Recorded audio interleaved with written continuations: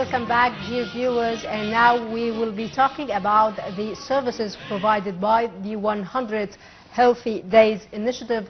And to shed more light on this issue, we are delighted to be joined over the phone by Dr. Nadia Zakhary, former Minister of Scientific Research. Good morning, Doctor. Good morning, dear. How are you, and how is everybody? Thank you so much.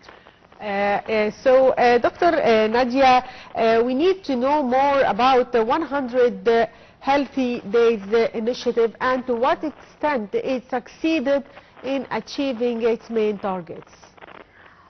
You know, the 100 million Saha had started since a long time, yes, but it wasn't as so active as in these 100 days. It was active, but not as concentrated now in all the governorates and everywhere. And through these 100 days, about 1.5 or 1.6 million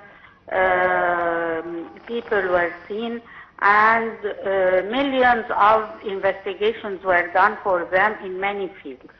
And if we are talking about the development of the human being, yes, we have to talk about the health of the human being, the education of the human being, and the learning of the human being, and how to make them jobs and how to develop them from the cultural point of view. But the most important thing that the people like the service of is the health. So it was a very successful initiative. Doctor, and what about the services 100 Healthy Days initiative provided so far? Many services were provided, especially for the aggressive diseases like the cancer, like the diabetes, like dwarfism, like obesity, and these are very important diseases. And obesity, we don't have to neglect it, because it is the cause of many other diseases like the heart disease. Also, the heart diseases were taken into consideration. All the governorates were included in this initiative, not only Cairo or Alexandria, but all the governorates also. The waiting lists were diminished. Very few waiting lists are still found, but they were reduced a lot. And this was a very great problem in the hospitals, to have a waiting list for a dangerous disease like cancer, like heart, and so on. And I would like to say that we would like to promote this initiative for some scientific studies, scientific research, to know more about the causes and the prevention of these diseases, not only making a sort of the clinical investigations. I like it to be promoted for more than that. So, Dr. Nadia, also, if we talk about women's health and government concern about this important file and the initiative announced by the state regarding health of women in Egypt and the results of those initiatives. This was the first point in the initiative, the health of the woman. As you can remember, a few years ago, the president launched an initiative for the breast cancer for women. Yes.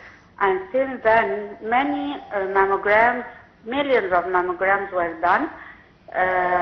Hundreds of women were diagnosed as having breast cancer at the early stage. And if we say at the early stage, this is a great success, because if the woman is treated at an early stage, her cure rate will be about 95%. If she's treated at a late stage, a very low rate of cure will take place. So it is very important. Other fields where the family and how to get less children, because this is a very important problem that we have now, the population, the very high population. Whatever you do from projects, they are engulfed by the huge number of population. Well, Doctor, we also have seen many initiatives that targeted school students. So we need to learn more about that and also the results achieved so far. Yes, the initiatives were from day 0 to the year 18 and after the year 18 for the adults.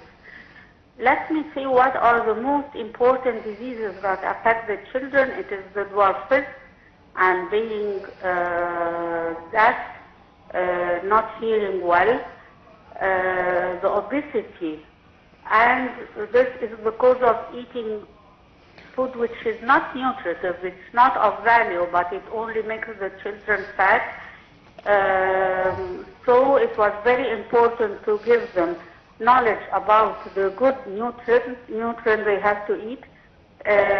What is the problem of the obesity? What is the problem of the dwarfism? Can they be treated? How can they be treated by sports or any other means?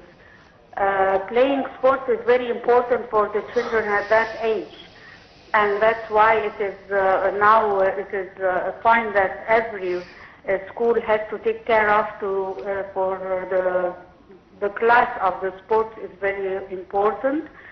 As I told you, the obesity, the dwarfism, and as well the diabetes mellitus, which affects the children. It is a problem. It is hereditary.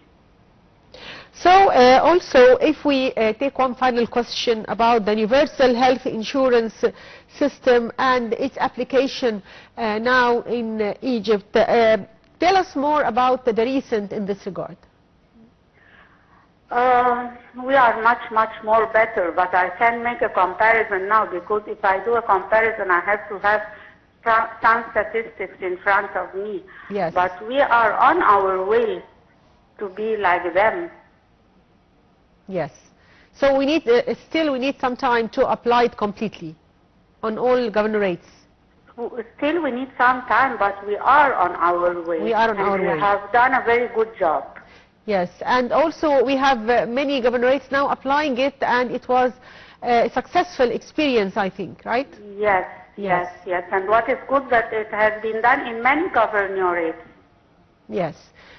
So finally, I'd like to thank you, Dr. Nadia Zakhary, former Minister of Scientific Research. Thank you for being with us.